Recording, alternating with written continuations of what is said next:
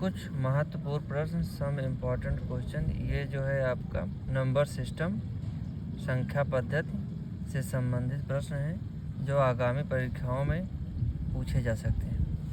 तो पहला क्वेश्चन है आपका, दी गई संख्या को शब्दों में लिखें। अब जैसे ये दिया गया है तो यहाँ से हम शुरू करेंगे। तो ये हो जाएगा इकाई, दहाई, सैकड़ा, हज़ार, 10,000, लाख, 10 लाख, करोड़, 10 करोड़, 25 करोड़, 42 लाख, 5,000, 12 दिया गया। अब इसको हमें किस में लिखना है? शब्दों में लिखना है। ये हो जाएगा 25 करोड़ 42 लाख 5,000 12। जैसा कि दूसरा अंक यहाँ दिया गया है, दूसरी संख्या दी गई है। ये हो जाएगा इकाई, दहाई, सैकड़ा, हज़ार, 10,000, लाख, 10 लाख, करोड़। तो ये 4 करोड़ 35 लाख 21,503। तो जैसा कि यहाँ कामा लगा के लिखा गया है, जो अपने इंडिया की नंबर सिस्टम प्रणाली है उसमें जो है पहला कामा 3 पर, उसके बाद 2-2 पर लगाया जाता है।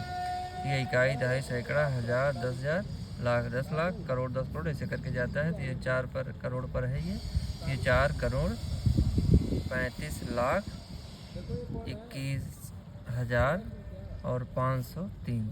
इस तरह आपका। अब दूसरा क्वेश्चन हम शुरू करते हैं। निम्नलिखित संख्याओं को अंकों में लिखें। अब ये आपका शब्दों में लिखा गया है और इसे हमें किस में लिखना है? अंकों में लिखना है।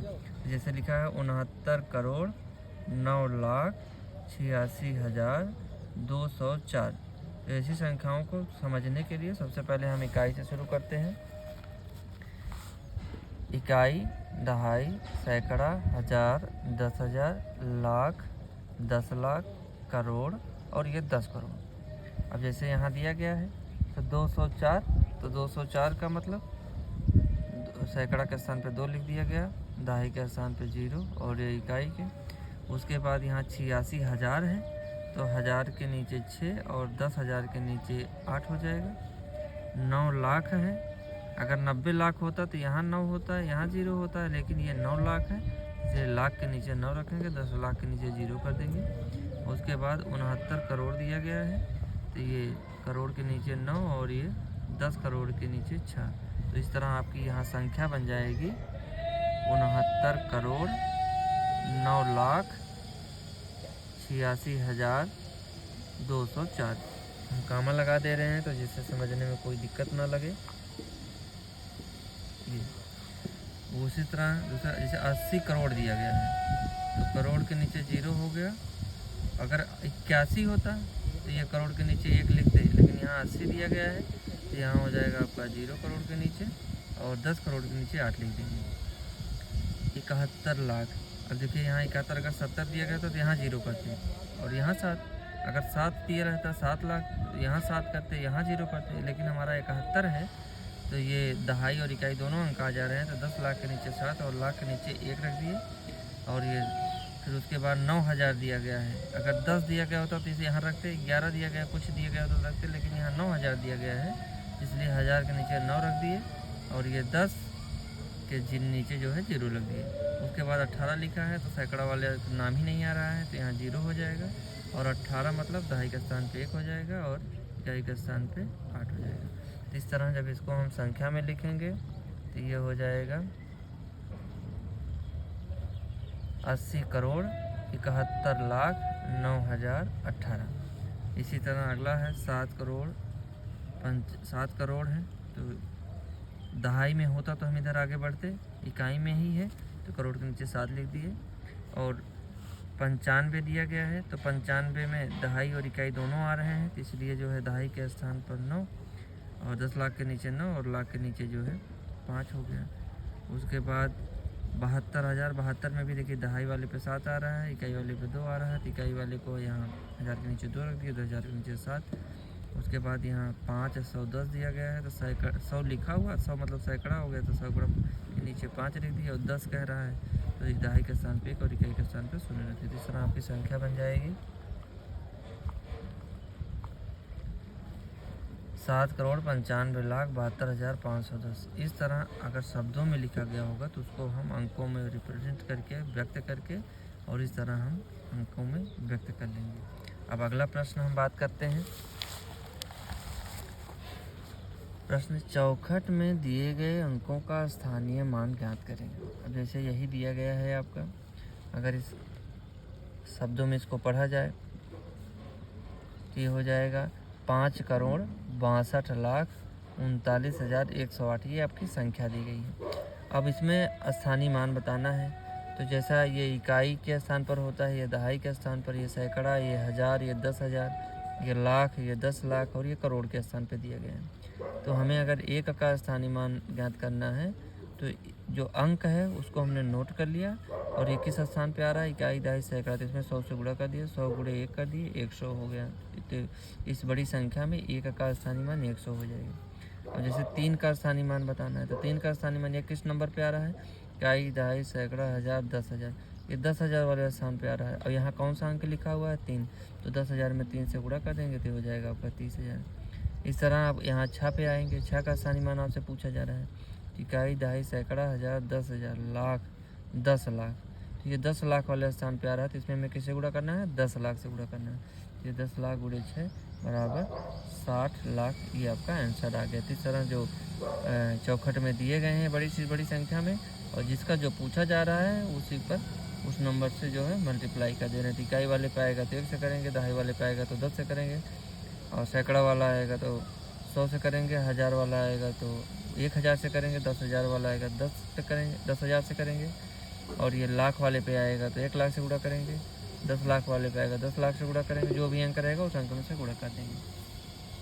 अब आती है बात निम्नलिखित, अगला प्रश्न है आपका, निम्नलिखित संख्याओं को आरोही क्रम में लिखे। तो आरोही क्रम मतलब होता है पहले छोटी संख्या लिखना होगा फिर बड़ी संख्या।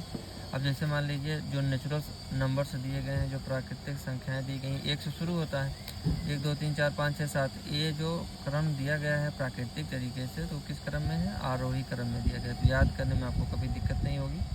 जो 1 से लेके जितनी संख्याएँ शुरू हुई हैं 1 से प्राकृतिक वाली, तो 1 2 3 4 5 6 7 8 9 10 11 12 इतना जितना पढ़ते जाए, तो जो एक बढ़ता हुआ क्रम जा रहा है, पहले एक छोटा है, 1 से बड़ा 2, 2 से बड़ा 3, 3 से बड़ा 4, इस तरह छोटे से बड़े क्रम में जब जाएगा तो उसे कहा जाएगा आरोही क्रम। अब यहाँ हमारे सामने जो संख्याएं दी गई हैं, तो उन संख्याओं में हमें ये आरोही क्रम में रखना, पहले छोटा वाला रखना, फिर उससे बड़ा, फिर उससे बड़ा, फिर उससे बड़ा, लास्ट में सबसे बड़ा। तो जैसे यहाँ दिया गया है 5,30,72,72,219, यहाँ क्या है 5,78,79,620। फिर यहाँ दिया हुआ है 8,72,30,11 दिया गया है। अब देखिए यहाँ करोड़ नहीं दिया गया है, यहाँ लाख से स्टार्ट हो रहा है, 27,56,225, और यहाँ फिर करोड़ दिया गया है, 3,25,00,000 और उसके बाद 200। तो अगर देखेंगे ध्यान से 5 करोड़, 5 करोड़ और ये 8 करोड़, ये तो तीनों बड़े हो गए। तो शुरुआत हम यहाँ से करेंगे 27 लाख, तो इसको हम पहले रख दिए हैं। उसके बाद फिर ये 3 करोड़ वाला है, यहाँ रख दिया गया है। अब बात आती है 5 करोड़, 5 करोड़ और 8 करोड़, ये तो सबसे ज़्यादा है तो सबसे लास्ट में हो जाएगा। अब इन दोनों में किसको पहले रखें, ये 5 करोड़ 30 लाख है और ये 5 करोड़ 18 लाख है, तो कौन कम है, 5 लाख 18 वाला, इसको यहाँ तीसरे नंबर पर रख दिए, और ये आपका चौथे नंबर पे आ गया, और सबसे लास्ट में 8 करोड़ वाला आ गया। इस तरह हम अंकों को आरोही क्रम में रख दिए। अब यहाँ अगला प्रश्न दिया गया है जो कि संख्या पद्धति से है, आगामी परीक्षाओं में पूछे जाते हैं, और संख्या यह आपका दिया गया है।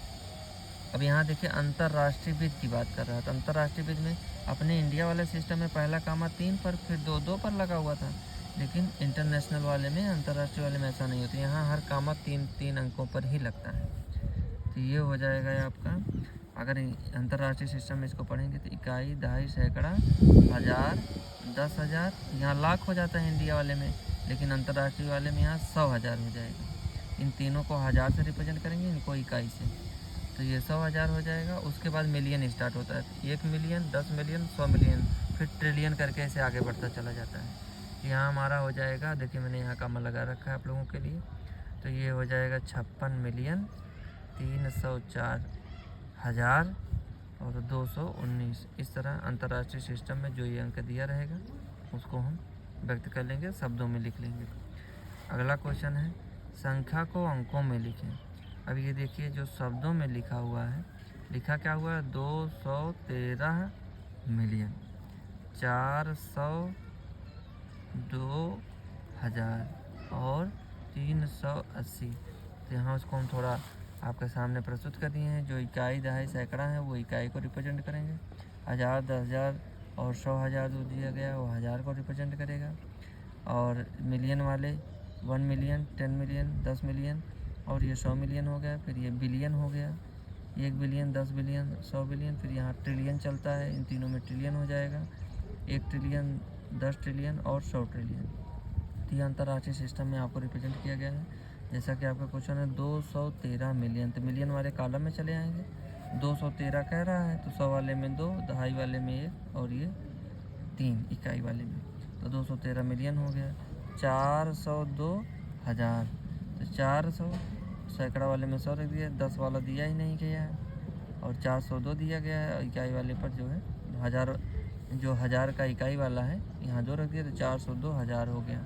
और फिर 380 दिया गया इकाई वाले में, तो 300 सैकड़ा वाले में 3 रख देंगे, दहाई वाले में 8 रख देंगे और इकाई वाले में 0, तो हो जाएगा 380।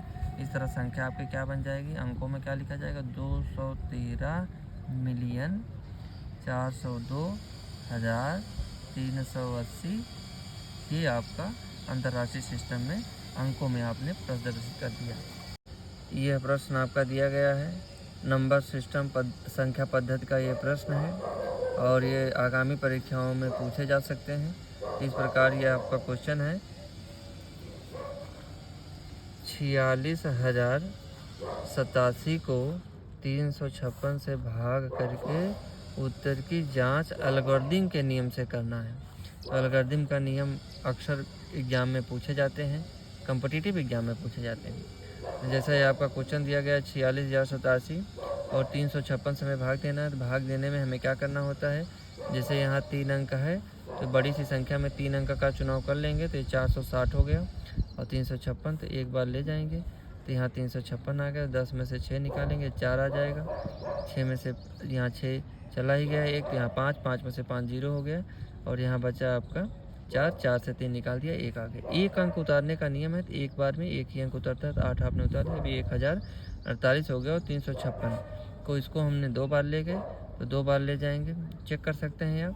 जैसे मान लीजिए यहाँ 356 है और यहाँ 356 का पहाड़ा किसी को मालूम तो होता नहीं, तो इसलिए क्या करेंगे, शुरुआत का एक अंक यहाँ ले लिए और यहाँ 10 ले लिए, तो 3 के पहाड़े में 10, 3 त्रिका 9, 3 बार में तो चला जाएगा लेकिन ज़्यादा आ जाएगा। यहाँ जब गुणा करेंगे इस 3 से पूरे में तो जो है यहाँ ज़्यादा आ जाएगा, इसलिए हम 2 बार ले गए हैं। तो 2 से 356 में जब हम गुणा करेंगे तो 712 आता है और ये 712 फिर यहाँ माइनस कर देंगे, 8 में से 2 गया 6 आ गया। फिर यहाँ बचा आपका 4, 4 से निकाले 3 आ गया और यहाँ 10, 10 में 7, ये 336 आ गया। हमेशा जो यहाँ आता है उतारने के पहले वो हमेशा इस भाजक से कम आना चाहिए। यहाँ देखिए 356 है, 336 है, तो इसका मतलब हम सही ले गए हैं। अब यहाँ फिर एक अंक उतार लेंगे तो ये हो जाएगा 3,367, जो कि अब हम फिर चेक करेंगे। 3 यहाँ दिया गया, यहाँ 33 दिया गया, दहाई में यहाँ जाता नहीं है तो 10 बार कभी नहीं ले जा सकते, यह असंभव है। 1 ही डिजिट में जाती है, एक ही अंक में जाता है, तो मैक्सिमम 9 बार, तो 9 बार ले गए। 9 से 356 में गुणा करेंगे, 3,204 आता है और इसको माइनस कर देंगे, तो 7 में से 4 गया, 3 आ गया। 6 में से 0 गया, कभी बच्चे तो यहाँ 0 लिख देते हैं जबकि ऐसा नहीं होता। 6 में से 0 निकालेंगे तो 6 ही आएगा और 3 में से 2 निकालेंगे और ये 3 से 3, 163 आ गया। अब इसको हम क्या कहते हैं, इसको कहते हैं शेषफल। क्या कहते हैं इसको, शेषफल। इसको क्या कहते हैं, भागफल। इसको क्या कहते हैं, जो बीच में लिखा हुआ है इसको कहते हैं भाज्य।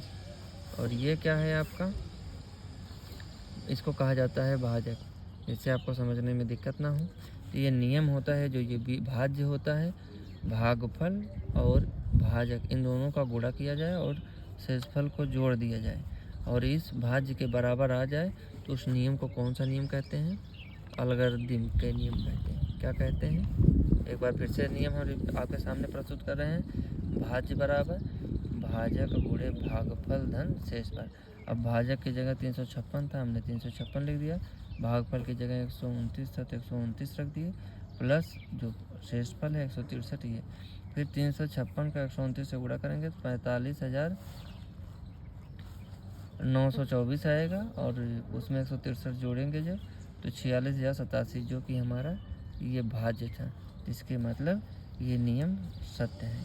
और नेक्स्ट प्रश्न है आपका अगला क्वेश्चन, एक भाग के प्रश्न में भाज्य जो कि ये बीच वाला 88,904 है, भागफल तथा शेषफल क्रमशः। अब भागफल जो यहाँ लिखा गया है वो आपका दिया गया है 3,704 और ये शेषफल कितना दिया गया 8 है, जो कि ये नीचे जो आएगा। अब आपसे पूछ क्या रहा है भाजक, मतलब हमसे क्या पूछा जा रहा है, ये शुरुआत वाला नंबर पूछा जा रहा है। तो हम फार्मूला हमें मालूम ही है कि भाज्य बराबर भाजक गुणे भागफल धन शेषफल होता है। जो जहाँ दिया गया है भाज्य की जगह हम क्या रख देंगे 88,904, ये देखिए 88,904 लिखा गया है। और भाजक हमसे पूछा जा रहा है तो कुछ नहीं लिखेंगे, वहाँ भाजक उतार लेंगे। भागफल की जगह 3,704 दिया गया है, भागफल के लिए 3,704 रख दिए। और यहाँ शेषफल दिया गया है तो शेषफल 8 था प्रश्न में दिया गया तो वहाँ रख लिए। अब सबसे पहला काम क्या करेंगे, पक्षांतर करेंगे। तो ये 8 है, इधर आएगा क्या हो जाएगा माइनस हो जाएगा। तो जब माइनस हो जाएगा तो ये 88,904 में से 8 निकालेंगे तो 88,896 आ जाएगा। अब इधर क्या बचा आपका भाजक गुणे भागफल 3704 या 3,704, और ये भाजक की वैल्यू में निकालनी है। तो 3,704 जो है वो कहाँ आ जाएगा, तिर्यक गुणा हो जाएगा। यहाँ तो आपका पक्षांतर किया गया था और यहाँ क्या हो रहा है, तिर्यक गुणा हो रहा है। तिर्यक गुणा में अब क्या होगा, जो ऊपर रहता है वो कहाँ जाएगा, नीचे आ जाएगा। ये हो जाएगा 88,896 में 3,704 से भाग देंगे और भाग देने के बाद 8 से अगर हम इसमें भाग करेंगे तो ये आ जाएगा 463, और फिर 8 से इसमें भाग करेंगे तो ये आ जाएगा 11,112 आ जाएगा। फिर 463 ये अभाज्य संख्या है और इससे हम सीधे जो है भाग करेंगे 11,112 में, जो कि उसके बाद आ जाएगा आपका 24 और ये भाजक आपका क्या आ गया 24। मतलब ये वाला संख्या आपने आसानी से निकाल लिया कि भाजक हमारा क्या आ जाएगा, भाजक हमारा 24 आ जाएगा। चेक करना चाहते हैं तो 24 का 3704 में गुणा कर देंगे और 3704 में गुणा करने पर 8 जोड़ देंगे तो ये आपका जो है 88,904 आ जाएगा। इस तरह आपका